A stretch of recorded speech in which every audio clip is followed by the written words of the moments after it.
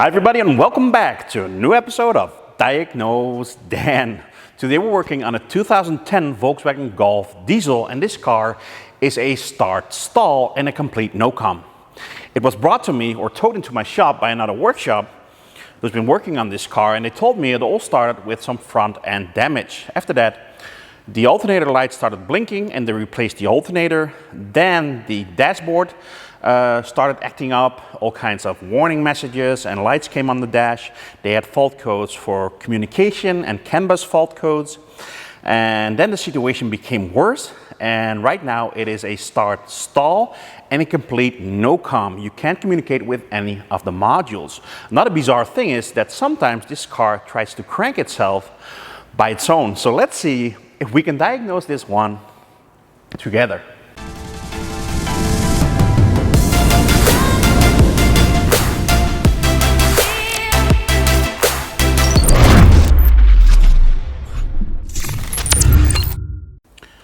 When we take a look under the hood of this car, we can definitely see that this car had some front end damage because the headlights, they're glued together. Now we can also see that the alternator indeed was replaced with a brand new unit.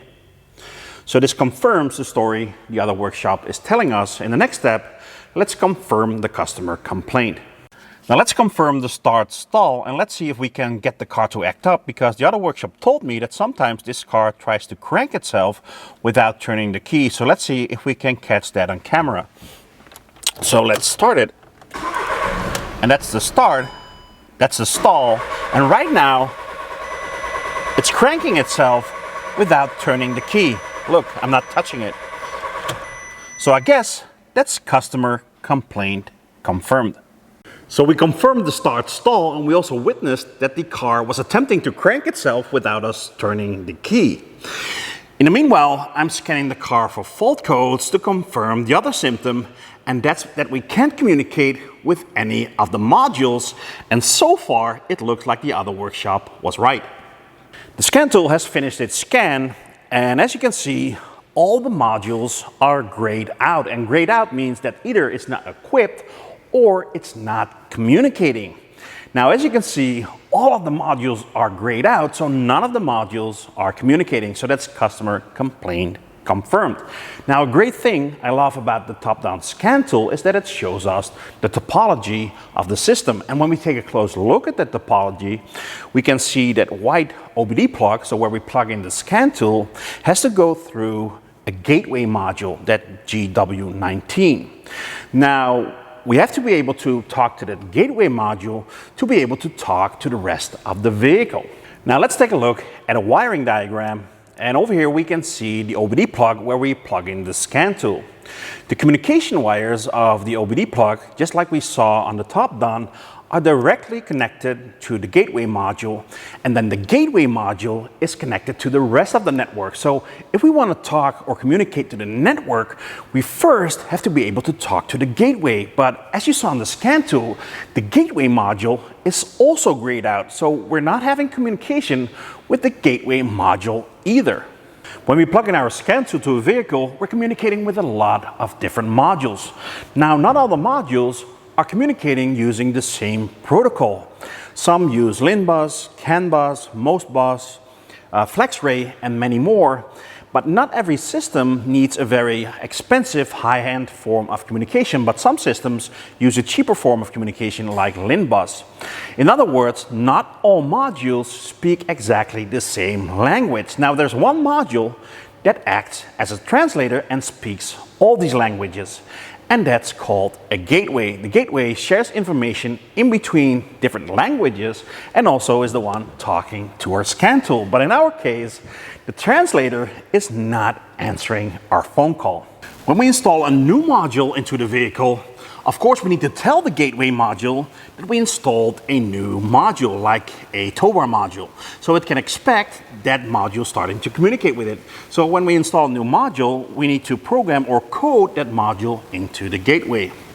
Now that means that the gateway knows exactly what modules are installed in the vehicle. Now, when we take a look at this topology, we can see that our scan tool is showing us many modules on this vehicle. And I'm pretty sure not all those modules are installed in this vehicle. But when the scan tool asked the gateway what modules were installed, it wasn't answering, so it's just guessing and showing us all the modules. I hooked up a breakout box in between the scan tool and the OBD plug of the vehicle. Connected to that breakout box, I have got the picoscope so we can watch the communication while we're trying to communicate with the modules. So let's try to read a module. So let's try to read an engine control module. And as you can see, there is communication going on, but that is the scan tool trying to talk with the car, but the car is not responding because we know in the end all the modules will gray out and have no communication. Now let's take a closer look at that gateway module. Now the gateway module on this Golf is located right above the throttle pedal. It's held in a bracket with these plastic tabs, and I used a plier to get it out of its bracket so we can get some access. Now it doesn't look very impressive, does it, for a very important module? Now what do we need to communicate with that module? We need powers, grounds, and communication. Now the communication runs from that module to the OBD plug over here, so that should be fairly easy to check. Now as you can see, this is not the cleanest car I've ever worked on, but to be honest, it's not too bad either. Now this is my setup. I hooked up the breakout box to the OBD plug, so I've got powers and grounds for my test light, so I can test the powers and grounds of the module. I removed the module. This is the gateway module, and I also removed the cover of the connector for easy accessibility. Now the next step, let's check the powers and grounds. Now this is the connector right over here, and the power is a red and white wire at the corner right there, so let's check that. And as you can see, the test light lights up. Now let me reset my test light to test the ground, and that's a wire that is right next to it on the other side. Let's see, that's the brown wire. And it's quite cramped in here and hard to do, but I'll see what I can do. And as you can see, the test light lights up, so that means power and ground confirmed. Now, as we could see in the wiring diagram, the communication wires to the gateway module came from pins 6 and 14 in the OBD socket and made it all the way to pins 9 and 19 in this 20-pin connector, and that's this pin and the second last pin on the other side. Now let's hook up the oscilloscope and let's see if the communication makes it all the way to the gateway module. I've got the breakout box connected to the OBD connector, I've got the scan tool hooked up to the breakout box, and I've got the Pico hooked up to the communication wires on that gateway connector. Now the gateway is not connected, it's right here, and as we can see on the Pico, we do have signals on there, but they look a little bit strange. Now that's correct because right now there's nothing connected to that connector, so no terminating resistors, no module, no nothing, and that's why the signal might look a little bit strange. But we've proven we don't have a broken wire, and the scan tool should be able to communicate to that gateway module. So we confirmed we've got powers, ground, and communication making it all the way to this module. So in theory, we should be able to communicate with it, but the problem is we can't. So I guess there's something wrong with this module, and I'm pretty sure once this is fixed, we will be able to communicate with the rest of the vehicle. Now let's open it up and let's see if we can see anything obviously wrong with it. So let's open up this module. Very easy to open, just a couple of plastic tabs. And we should be able to lift that board right out. Now, to be honest, I was expecting to find some water in there, but as you can see, it's totally dry. And let's take a closer look at that board. And no water damage on the board either. And I don't see any burn marks or anything wrong with it. Whatever is wrong with this board, it's nothing obvious. Maybe if we take a look at it under a microscope, but with the naked eye, I don't see anything wrong with it right now. I'm going to call the other workshop and I'm going to tell them this car needs a new gateway module. Now I don't know if they're going to replace it themselves or they let us replace it. But anyway, I wish I could show you guys a fix, but right now I don't have a module, nor do I have permission to replace it. What I do have today in our workshop is a Volkswagen Golf of approximately the same age. I quickly removed the gateway module from this car and we're going to borrow this one to prove our theory and use this as a donor and see if we can communicate with it once installed in the vehicle we're working on.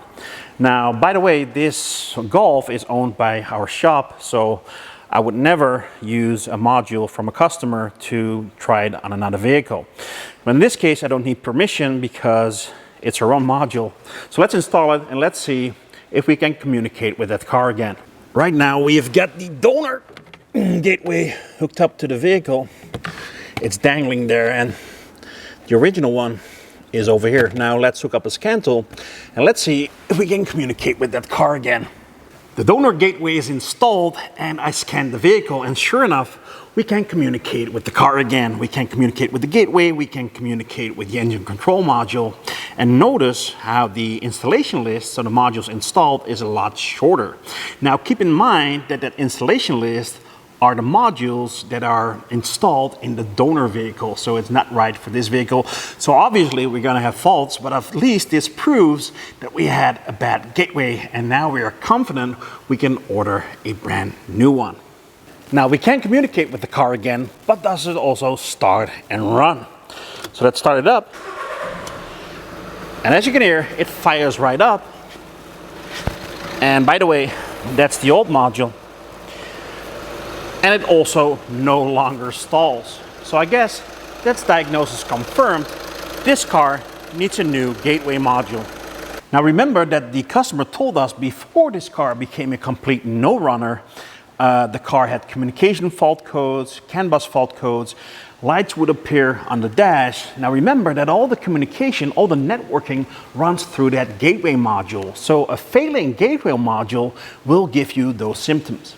No-comm because of a small module. Now keep in mind that even without a scan tool, you're not always totally lost. Common sense will get you a long way. Now, of course, with the donor gateway installed, we're gonna have fault codes because the other car isn't exactly the same. It's gonna have different options, so we're always gonna have fault codes. I'm gonna call the customer, and if he agrees, I'm going to order a new gateway.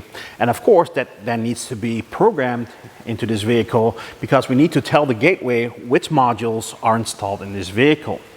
Now, if you want to learn more about gateways or networks, go to DDTSB.com, and when you subscribe, you can check out our self-study material. Now, I really hope you enjoyed this video. If you did, please subscribe to my channel, and when you hit the little bell, you will get a notification each time I upload a new video. And remember, diagnose then, fix it again. See you next time, guys.